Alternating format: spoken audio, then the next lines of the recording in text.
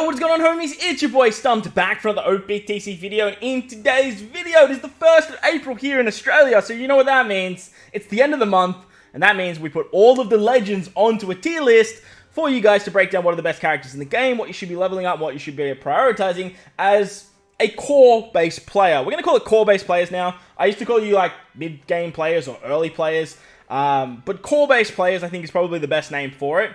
I like to do endgame tier lists to separate sort of big stuff like Super Boss Kazuna, 10 stars, all of those like monthly events. But as for just the entire game as a whole, I do like to put out these tier list videos, and hopefully you guys enjoy them too. So if you do, make sure to go down there, belt the like button, hit the subscribe button, do all that good stuff for me. But just be mindful that this is just my personal opinion playing the game for, God, I couldn't even count now, like well over 7 to 8 years.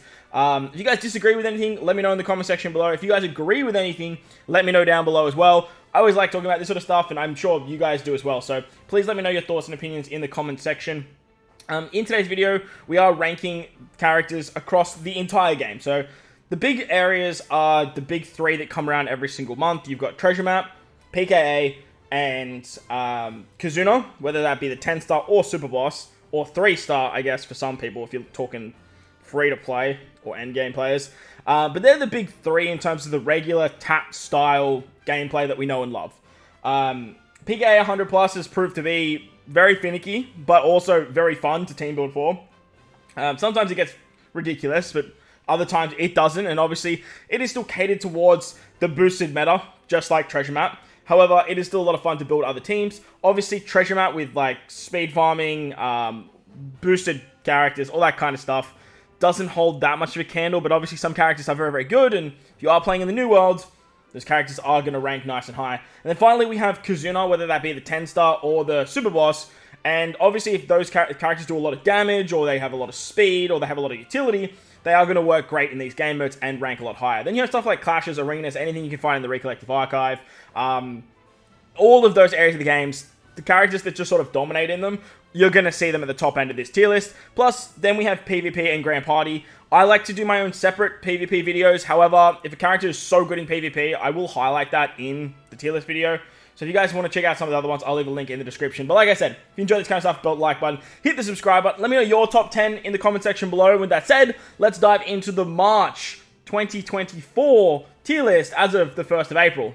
Alright, so this is last month's tier list. Now, I have made a few changes. V2 Shanks makes his way as the best unit of the game. The versatility of V2 Shanks, you just can't go past it. Being able to put him on literally any color-based team. As a captain, he can extend his own attack boost. With his level limit break and 6+, he got so damn good. And I had to move him into the top place over Redhead Pirates this month. Because, like, just having that ability to build out a team that's just a mono-color and just run this guy as a Shanks as a captain, and then just hybrid him up with any other unit in the game, as long as they boost Shanks in some way or they boost in the color. They don't even need to boost Shanks. They can just boost the color of what you're running.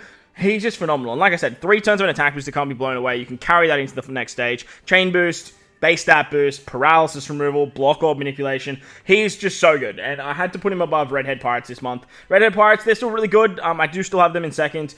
Their ability to give color affinity, base stats, 3 turns of chain lock, full border orbs, a 2.25 times attack boost to literally everyone on the crew. They're a rainbow captain and a massive 5.5, I believe. They're still like rocking.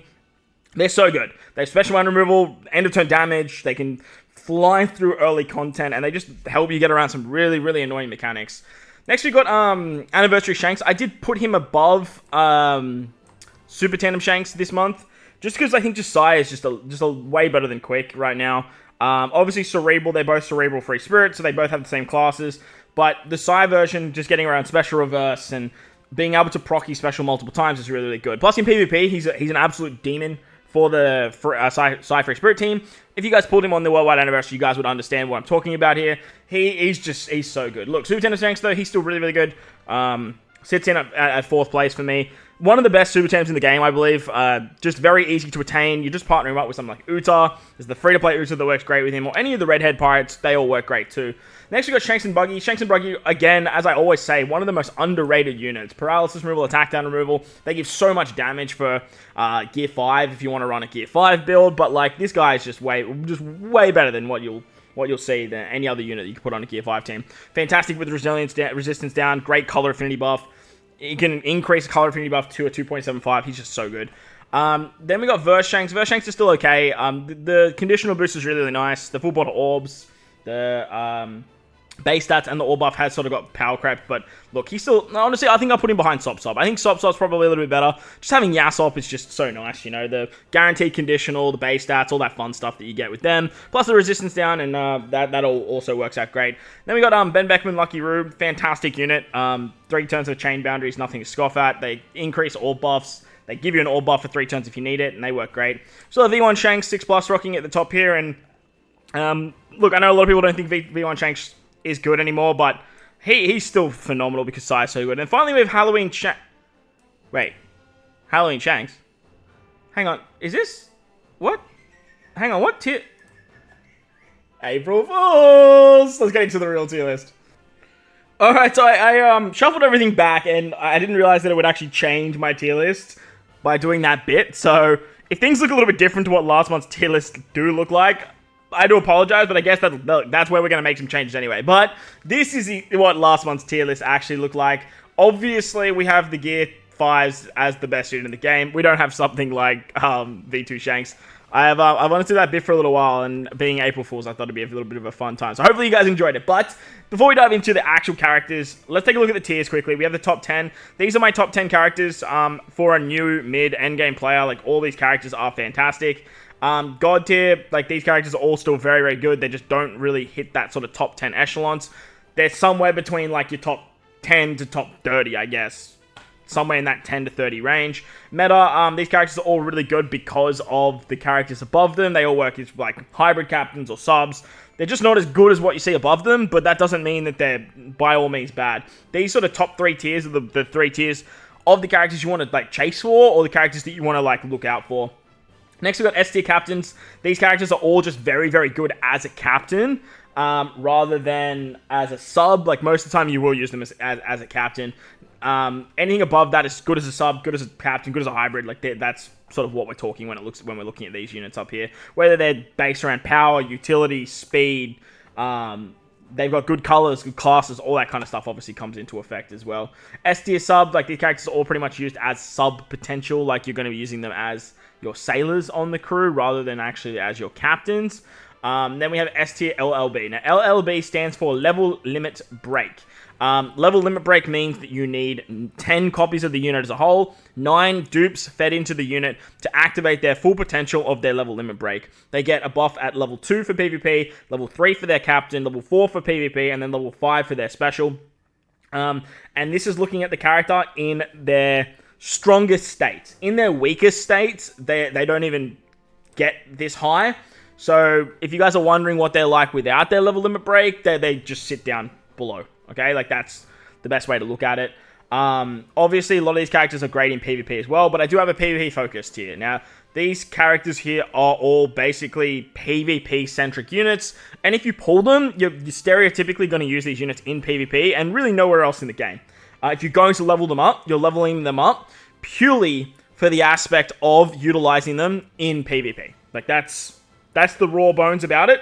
Like, nowhere else. Like, the only character that I would probably consider higher moving is something like Odin, because Odin can be an attack boost, he can be color affinity boost, his damage reduction is kind of nice. Like, he's the only one that I would move, but nowadays, like, even as a newer to mid-game player, I don't know the last time someone would have used this Odin. Like, I just don't. A tier captain, these guys are captains, but they're just not as good as what you see up there. I don't know why you are down here. You should be an S tier level limit break. You have a fantastic level limit break. That's crazy that I had you that low. A tier sub, obviously they're sub potential, but, like, they are starting to either drop off or never really hit their strides. I'm going to definitely move you up into S tier sub though. Any slasher is just going up. And look, we'll make some actual changes in a second once I've gone through this tier list. Support, like, these are just characters you're going to level up for their supports, and that's pretty much all you're going to do with them. B tier captains, like I said, B tier captains really, like, not much else to say about them. B tier subs, B tier level limit break, and then need some love. These characters all need, like, some serious attention. But yeah, we have some bunch of characters here to talk about as well. These are our new legends that we're going to talk about in today's video.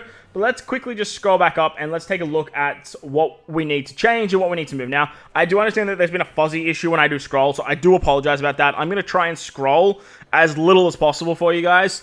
If you guys have any ideas how to fix this, I've tried mucking with my FPS and all that sort of stuff. If you have any idea how to fix this, please let me know in the comment section. I am aware of it. I am trying to do something about it. So I do apologize if that's the case. As for the top 10 right now, I think top 10 is absolutely fine. I do actually want to move Nami down, which is kind of crazy, but like, I haven't used Nami in a hot minute. They've been just nerfing Nami to the moon, and we haven't had an int boss for Super Boss in a very, very long time. However, whenever there's paralysis content, she's like your go-to. We haven't had too much free spirit or striker support that works with Nami, besides obviously the Gear 5 era, and we're kind of moving away from that era now. As for Nami's usability, she's still really good for damage output, but I find that like if you're a newer player, you're probably going to run Nami Karina on the team most of the time, because Nami Karina can just get around so many different debuffs. I don't think Nami falls out of the top 10. I still think she's a phenomenal unit to have. Like, she can basically get around special reverse. She completely removes paralysis. She's a chain boost, base stat boost. Still the best super tandem in the game. I'm not discrediting what she can do, but for a mid-game or a core player, she's probably one that you don't want to hunt for as much anymore. Like I said, with Gear 5 meta running around, like, that's the echelons. Kaido definitely needs to stay in the top 10. Like, he's fantastic. As for God tier, I feel like everyone here is still pretty solid. You guys would be, like, up the top in terms of, like, how powerful you guys are. Yeah, as for God tier, I don't think anyone needs to move. I think Roger, I might have moved up when I was doing some swapping around. I think he deserves to be there. Slashers are just so good right now. And obviously, Zoro Sanji can make everyone into a slasher. But slashers are just so powerful. Like, so ridiculously powerful right now. If you look at the top 10, like, you've got Slasher, Slasher, Slasher. Plus, obviously, Roger's Free Spirit and Sai, which makes him very, very good, too. Zoro, Sanji, they just make slashers so friggin' powerful, man. These two units are still fantastic, obviously, for PvP. All five, these top 5 are all fantastic in PvP. Nami Karina is exceptional in PvP, exceptional in Treasure Map, exceptional in Tensakazuna. Like, honestly, Nami Karina should be, like, here, I feel like. Nami Karina's usability, like, is just fantastic as a mid-game, like, a core player. Like, it's ridiculous how much use you get out of Nami Karina. It's wild. Sanji's still fantastic. Zoro's still fantastic. Zoro's more of a big damage dealer, though. So I'll put him back here, because, like, so is Roger and Odin. But, like, if you get him to work, and you need to get around stuff like damage limiter, like, he's fantastic. Utsu's showing her worth, obviously, with the PK at the moment, and Cerebral's getting a little bit more love. Everyone knows how good Utsu is. She's never been bad. She's obviously getting power crept, but, like, she's still fantastic. Let's take a look at meta, because I feel like meta could change quite a bit. Now, meta tier means that these characters are just really good because of the characters above them. First of all, I want to bring Burgess into meta, because he's the only driven fighter that can remove attack down, which is wild to me. And with Blackbeard kind of needing that one of every class, if you do want to run that situation, you kind of have to bring Burgess. And obviously, he's Blackbeard's best buddy when it comes to, like, hybrid captaining. He's the final tap, which he showed in Super Boss how valuable he actually was. I did manage to pull him. I don't think he's amazing, but, like, if you're running driven teams, like, he kind of has to come. It's just, he has to. Yeah. Law, I move Law up into God tier. Law is just fantastic because he can give the increased damage taken, and then you can use something like Yamato to just increase it and then increase their color affinity. Yamato's more of an endgame player situation, but, like, if you run these two together, like, you can get a lot of buffs just with the two of them, which is fantastic. As for other units in meta, I feel like Straw Hat Crew has probably lost their value.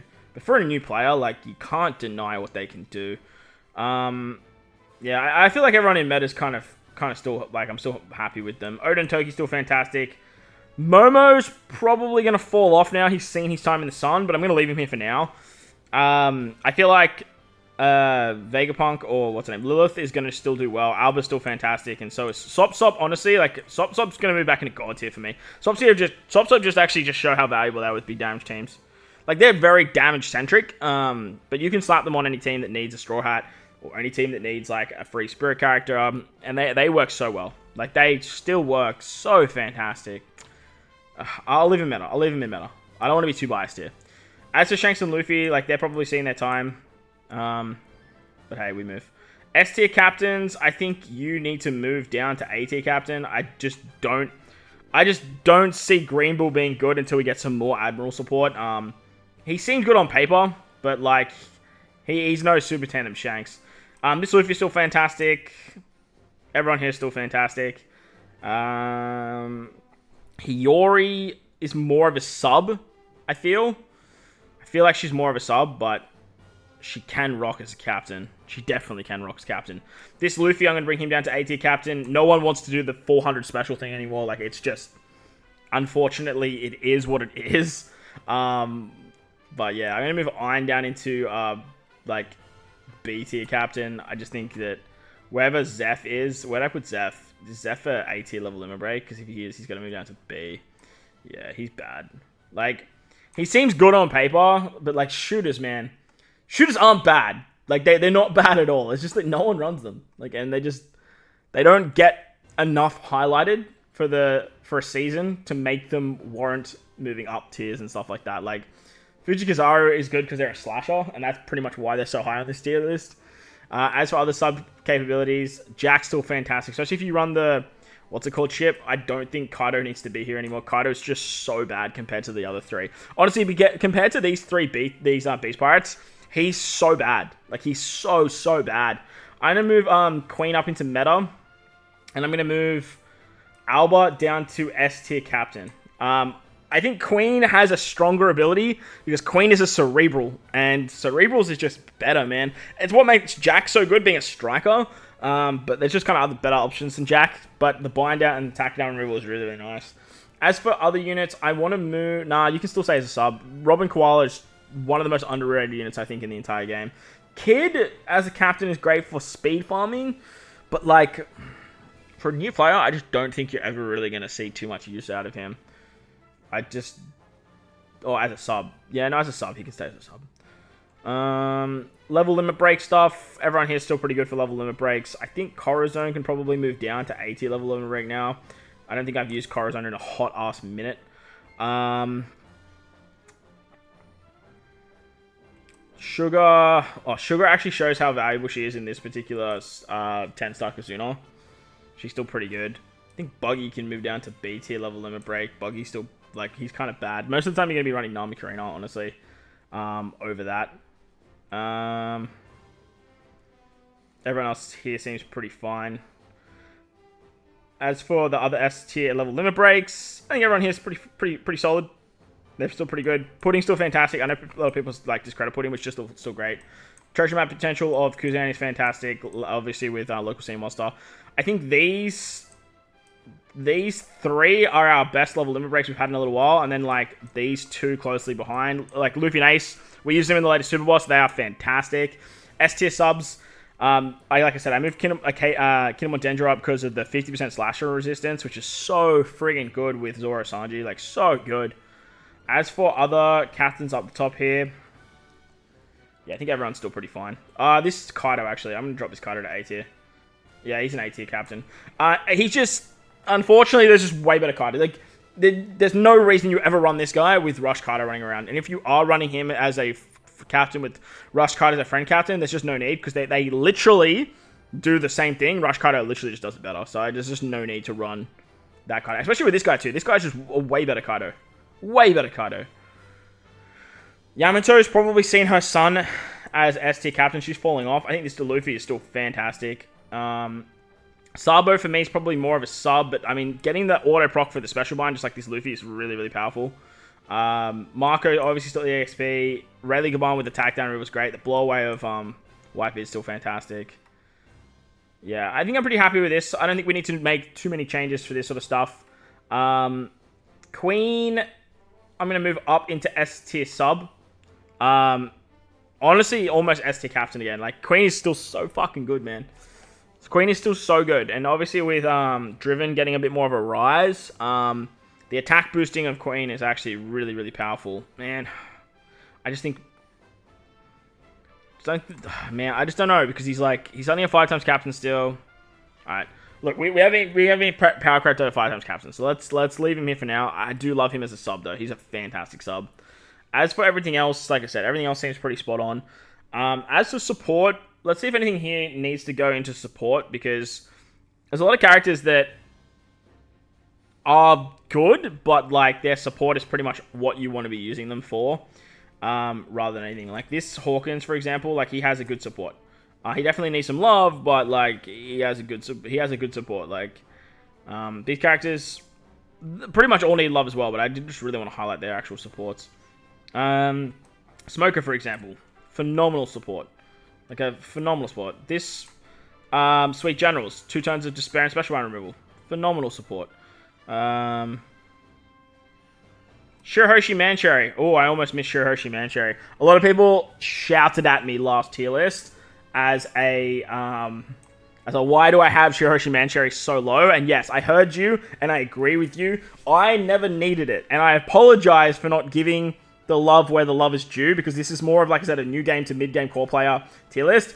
Shirohoshi Mancherry is going to meta. Yes, all the way from needs some love to meta. And the reason that is because she can remove 10 turns of any debuff that you have in the game.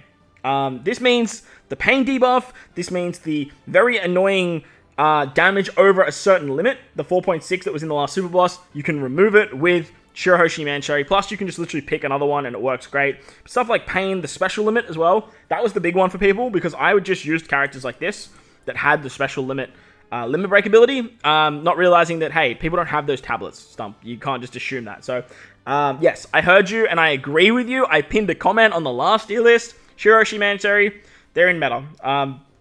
They're phenomenal. Like, we used them last Super Boss. You had to, basically, to try and make Gear 5 work. If you didn't, you were stuck using the disgustingly overpowered new team that they wanted you to use, and look, let's be real, not many people had that. So, yeah. Cool. I think that's everything. Let me just take a quick look at the bottom here because, like I said, we did find Shirohoshi Mancherry. I think everything else seems pretty spot on. If you guys have any, like I said, if you guys see anything, let me know in the comment section below. I think for the same reason, we probably need to move up the Straw Hat Crew V1. They also do something very, very similar to what what's it called does. This one here. They technically do what Shirohoshi Mancherry does. The problem with them is they are the Straw Hat Crew, and that is pretty much the only value you're going to get out of the unit. So I'm going to leave them at 80 sub. I think 80 sub's pretty good, but I do want to highlight that I do know that they do it as well, and if you guys want to use them instead, if you can find a way to include them, they are going to be very, very good option for you guys too. As for everything else, like I said, everything else is pretty PvP focused, or like sitting in the correct spot. Bullet definitely needs to be moved to S tier level and rake the barrier and all that fun stuff is crazy. So yeah, I feel like everything else here seems pretty fine. So let's take a look at the new unit. Sorry about the blurriness. Whoop. Okay, here we are. We're at the bottom. We're at the bottom now. So we have 5 new legends to talk about. We have the 6+ of Arlong for the last Super Boss Kazuna. We have the Kazuna Legend in Tobi Roppo. We have the last of the Worldwide Anniversary exclusives being Cross Guild. And we had Dofi, Sugar, and Moria Perona. So 5 legends to talk about. And we're moving into this bit of like a driven kind of meta we have been with obviously the Worldwide Celebration. This is a Fearsome Foes campaign. So a lot of these characters are obviously enemies. Now I do want to actually finish off with Cross Guild because I think Cross Guild is probably the highlight of the legends to talk about. But let's start with Arlong Crew 6+. Arlong Crew 6+, honestly, didn't really get that much of a buff. They're still based around having one of every color on the crew. They can be a 3-turn attack boost and a 3-turn base stat with their super swap and their special, extending it by 2 turns. And it can work if you're at low HP. It's just very rare that you are going to see yourself at low HP unless you're using them as a captain. Now, they technically are a rainbow captain because you do need to bring one of every color. However, team building for that as a core player to a mid player, it's kind of wonky, it's kind of weird, and it's kind of annoying. And by kind of annoying, I think it's very fucking annoying. The low HP threshold stuff, no one really likes doing it. If you are going to be running this guy, 9 times out of 10, you're going to be utilizing the unit as a glorified attack booster that can also give you 2 turns of special reverse on maybe a powerhouse team. They are a slasher too, which gives them a lot of viability on particular teams. They can give you base stats every time you switch with them, and that can be great. But like I said, unless you're running them on a powerhouse team, you're chopping between a powerhouse shooter and a powerhouse slasher. So if you're running them on a slasher team, you've got to be mindful of that. However, going through block obs with their switch ability, giving base stats to the entire crew can be very, very strong. In saying that though, I just don't see a lot of use to this character, besides one area of the game where you need this unit. And you don't technically need him at 6+ to get it done, nor do you need the level limit break. It's just going to make life a lot easier, and that's Grand Voyage over at Arlong Park against Luffy. You have to bring one of every type, a full powerhouse team, and an Arlong needs to be on it. So as you can tell, Arlong crew is just like your best option. As a captain, he works fantastic for that, but anywhere else in the game, there's just a plethora of so many options. And if you're talking powerhouse teams, like these units here, like I'm running these units. Like it's like straight up, like if we are talking like just straight powerhouse teams with level limit break maxed out 6+, these 3 in front of them are just way better picks. Plus you have like Rush Kaido, you have like Olin, the EX Olin, like it's just, again, for powerhouse teams, you have so many better options. And if you need certain situations where you need the HP cuts and stuff, he might see some play. But for now, I just don't see it. Like, I just don't. I don't think he's bad. I just don't think his viability is all there. A unit that I do think is bad, though, is this fucking unit right here. This unit came out, like, 6 months too late. This unit should have come out right after Rush Kaido. Like, the Kazuna after Rush Kaido should have been this character's release. I understand releasing it now for the Fearsome Foes campaign, but, like, I feel like this unit was just, like, a missed opportunity for Kaido. Because this unit works fantastic with Kaido. They can be a 6x captain, which is kind of nuts. Provided the enemy has increased damage taken. They can apply increased damage taken themselves with their super type, which is nice. They can be an attack booster. They can be a color affinity booster. They can be a chain booster. They rotate their own army into tandem, which works fantastically for Rush Kaido teams because they are the super tandem unit for that team. However, their super tandem is kind of low. It's only a 2x super tandem for driven and powerhouse units. If you're looking at something like what Blackbeard is when he came out at 2.5 times, this is actually very, very low. You do get 1 turn of all of the defensive effect removals, being defense up, damage reduction, and threshold. But again, like, you're not really using the character for that. I did find that they worked very, very well as a sub on a Rush Kaido team, and I did use them for my Super Boss team.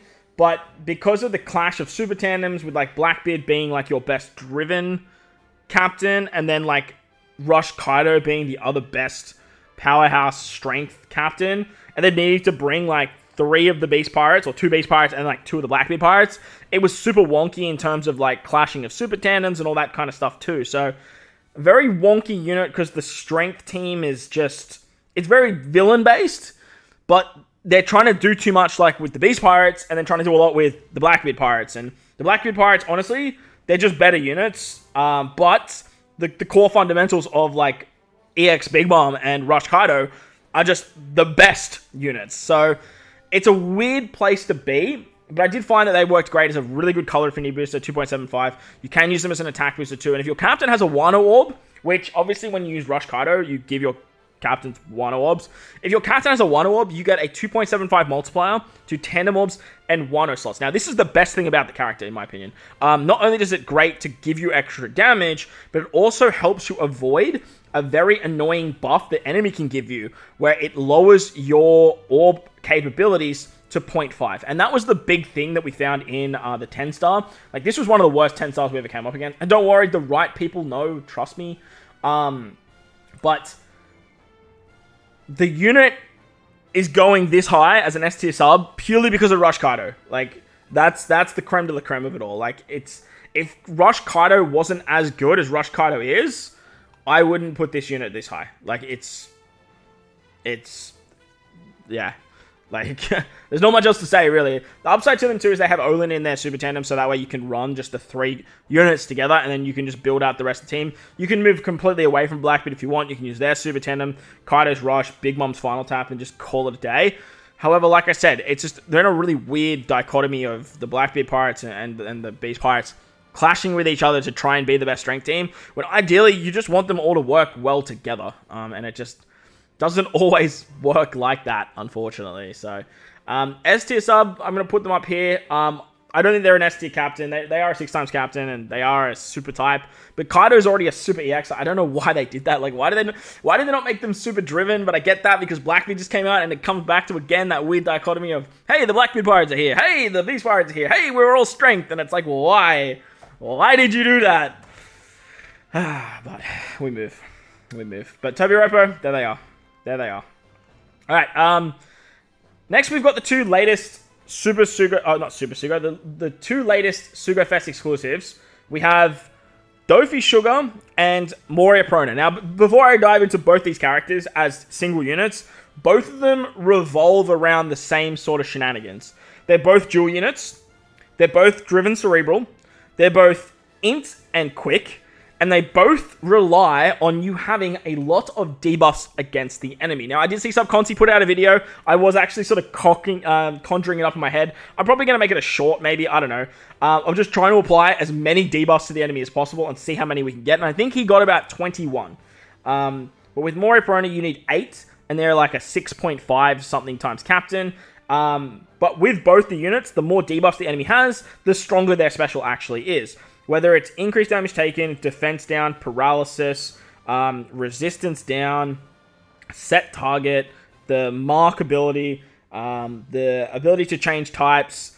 There's a lot of things that you can do to the enemy. Poison, delay, any debuff you give the enemy will count to their special. Now, you only need to get 8 of them. And I say only like it's like Stump. You still need to get 8 of them to make their full potential work. However, with the 2 of them, you're already getting 6. Dofi, Sugar can paralyze. They apply increased damage taken, and they give an attack down, which is really, really cool. Or actually, maybe the Moria Prona paralyzes. I can't remember. But Moria Prona will also give... what's it called? Moria Prona give the resistance down. They give the negative effect.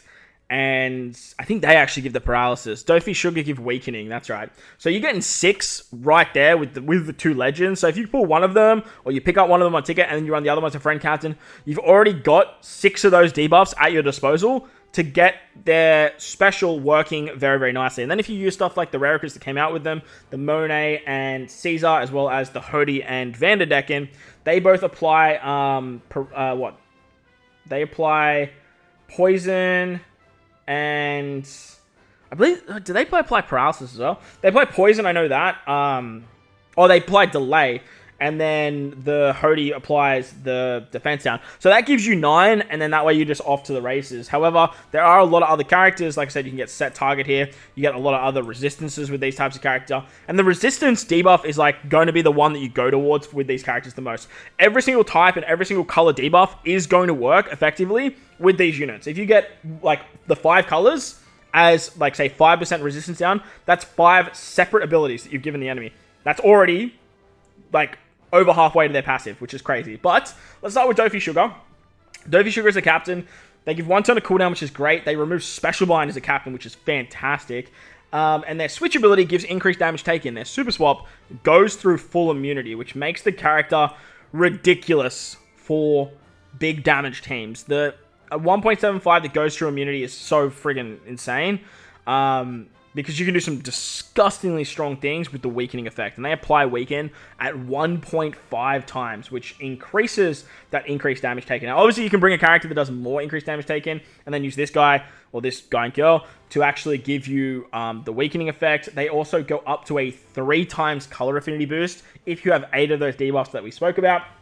But they are like I think they're just under a 6 times captain. Can't remember exactly what their requirements are.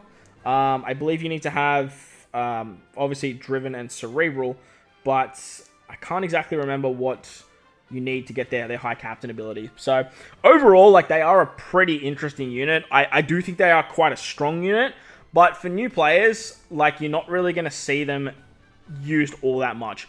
Mainly because, like, driven and cerebral is not something that you're going to congregate towards. However, cerebral is getting a lot of buffs lately. Obviously, we've had Lilith. You guys know how good Queen is, and Uta is absolutely fantastic. This PK, obviously, at the moment, like, Dofi and Sugar are working exceptionally well for, but it's kind of like what they're built for. Stereotypically, you're not really going to see them as a disgustingly strong captain option, but they can be up to 6 times if you have an empty or a G slot. That's it. Or all matching slots. So if you have a full board of matching slots, they are approximately a 6 times captain, which actually makes them really, really strong. They have healing, they have and damage reduction as well. But as a new player, the big upside to the unit, and the big thing that I like about the character, is they remove 3 turns of barriers. That's what's making Robin Koala so good, is their 3-turn barrier removal. These guys here have that overkill damage that Dofi could do, but now they can remove the barrier first. And barriers was always a problem with V2 Doflamingo because you'd hit the barrier and it wouldn't do anything. This character removes the barrier first, and then it does up to 100 million times the damage of overkill from the previous turn. I feel like that's like the big thing that most endgame players are going to get out of it. It's the weakening effect for more damage, which increases the increased damage taken for 1.25. And getting that ability to just remove barriers is fantastic, because barriers are finicky, man. Barriers are annoying. I'm going to put them in meta. Yeah, I'll put them up in meta. Barriers are so friggin' annoying, man. Like, they're so disgustingly annoying. Like, the overkill damage can wipe away mobs, and I feel like if I've got Burgess this high to completely move attack down, like, that's what his thing is. I think Dofi Sugar definitely can see some play up top here. Like I said, Cerebrals aren't the best class in the game, but you do have a lot of love floating around up here, and they definitely can see a resurgence. Like, this is Cerebral as well, so definitely a meta-based character. I think, obviously, with seeing Driven and that pop off at the moment, like, they're going to see some play, so if you have them right now, be very happy. But as for Moria Perona, I do think are going to be a little bit better. And the reason I think Moria Perona are going to be a little bit better is because they apply a negative effect, and that's something that no other characters in the game do, besides the Perona units. Perona is the only character that can apply this negative ability, and there's only a select few Peronas that are good. Like, you have the Mihawk Perona, who needs some love, and then who could get 6+, don't stress. Like, this character could be good again. And then you have the Legend Halloween Perona, but she's built around Free Spirit and Shooters, which is completely separate to what this character's doing. Plus, Perona works for Cross Guild, and we'll talk about that in a second, but that's where I think the real value of the unit is going to come into effect. Plus, they apply the resistance down as well with their Super Swap. They can give resistance for Driven and Cerebral characters by 25%. The negative effect basically reduces the enemy's defense by 20%, which means it allows you to do 20% more damage, essentially. They have a very good limit break with the healing debuff removal, plus the special limit, which both the new units do have. But their special is an attack booster, and when you partner them up with Cross Guild, you have an attack boost, you have an orb boost, and it works exceptionally well. Plus, they have a bit of utility in their kit with the bind and the burn removal. They don't have any utility as a captain. They still give the cooldowns, they give HP. They go, like I said, up to a 6.579 times captain, which works great, and then a recovery in 10 slots matching. But when it comes to big damage, like, this unit is going to be a really, really good option for the leads. I think putting them up here in God tier, or just outside of God tier, is probably where they need to go. Because, like I said, I do think they're a little bit better than Dofi and Sugar. And if they're not, then I feel like Dofi Sugar would be at the back end of this. But I think, like, Dofi Sugar are sort of on par with what Queen's doing in terms of his end of turn damage and stuff. So I think that Moria and Perona will see more play. They are a fantastic unit. Like, they are actually ridiculously strong. They're not something you need, though. That's the thing, right? You got to remember, like, even Bonnie. Like, Bonnie's so friggin' strong, but it's not something you need. Just because they sit this high doesn't mean that you should go for them, I guess, unless the banner works for you. But I don't want to discredit what the character can do. Now, the downsides of the two units are they're both dual units that don't have EX, so you can't actually get super class, super type, all that fun stuff. But with captain swaps of Kobe, who is a Cerebral, by the way, you could actually swap this unit into captain after having these two as subs, just to get the ability off, so that way you could get the 6.5 times captain after you have applied a super type and a super class and all that fun stuff. Obviously, with super EXs now too, letting you apply a super EX as a sailor is going to be incredibly powerful. So you can do stuff there, and you don't even have to worry about it. But a 6.5 times captain, man, yes, you have to jump through a few hoops to get it. I cannot devalue how powerful that is. Like, I cannot devalue it, especially with like these two units giving 6 of the buffs. If you have both of them, obviously, giving 6 of the buffs, or utilizing this last unit we're going to talk about being cross skilled. Now I'm going to bring cross skilled all the way up here because I do want to sort of have them nice and high while we talk about them, so you guys can sort of have a glance at sort of the top 3 tiers as well. But cross skilled are fantastic. They do have some holes that I want to talk about, and I would put them higher if those holes weren't so prevalent. But if we're talking the unit in its max form for driven characters, this unit is pretty much going to be like your go-to captain. Besides Blackbeard, maybe. Like, Blackbeard's great because he can go through defensive effects and do all that fun stuff. If we're talking raw power now, and just a real fun unit overall, Cross Guild is fantastic. Plus, they're a slasher, which means they can go on these teams here, which gives them a lot more usability and a lot more viability. But to make the unit work fully, you need to limit break expand them. And that, honestly, is a monster problem. It is an absolute monster problem. However, it's not necessary to make the unit work. The unit just works better if you limit break and expand them. As a captain, they boost driven and slash units. They give themselves 3 turns of cooldown, as well as 1 turn to the rest of the crew. There are 5.5 times attack boost, but if your characters are below 40 cost, then you are going to get an approximate 6 times captain. They make driven and slashes tandem or matching. They give 20% damage reduction. And if you get inflicted with despair, they're going to completely remove that despair and give themselves 2 turns of cooldown. Now remember this 2 turns of cooldown stuff, right? Remember this 2 turns. It's very, very important. But the ability to just remove despair completely is phenomenal. Plus, they are a super EX, so they make driven and slasher characters super slasher and driven. And they give themselves, or the top row, sorry, 2 turns of cooldown. They give everyone. They give 2 turns of cooldown to everyone with their Super EX. They give a final tap buff to Driven and Slashers by 20%. And they apply 15% Driven and Slasher resistance down. Again, another resistance that's going to work great for these 2 units. Plus, they have a special that gives the enemy a set target buff. Now, it's another debuff that you're applying to the enemy. And literally with these 3 characters, you've got your 8 debuffs. Done. You're good. You've got the captain ability of Mori Perona. You've got all of the fun stuff you can do with the 3.25 attack boost. You've got all the fun stuff with the 3 times color affinity boost. Like, you're good, right? But remember that 2 turn of cooldown that I spoke about, because with their special, they apply the set target, which just basically allows you to do 2 times more damage with no matter who you hit with. As long as a driven or slasher hits or gets a kill, they give themselves 2 turns of cooldown. Now, after they use their special, they give themselves 13 turns of cooldown. 13 turns. So that way you only need another 2 turns at Limit Break Expansion to get their special off again.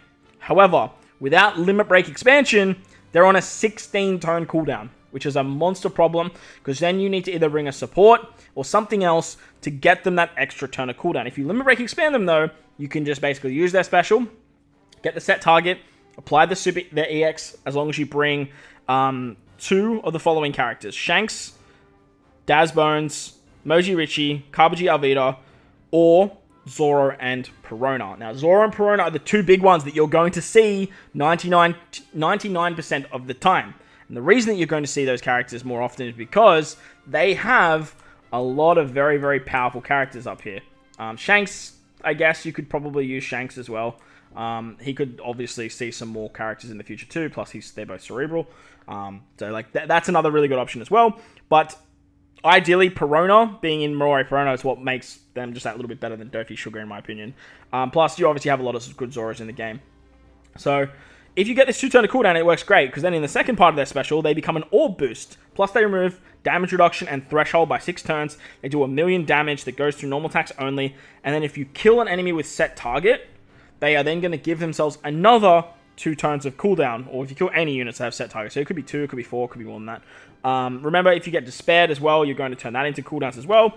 And then, if you use their special again, they can give you a chain boundary, more resistance, and all that sort of stuff too. Most of the time, though, you're not really going to see the third part of their special.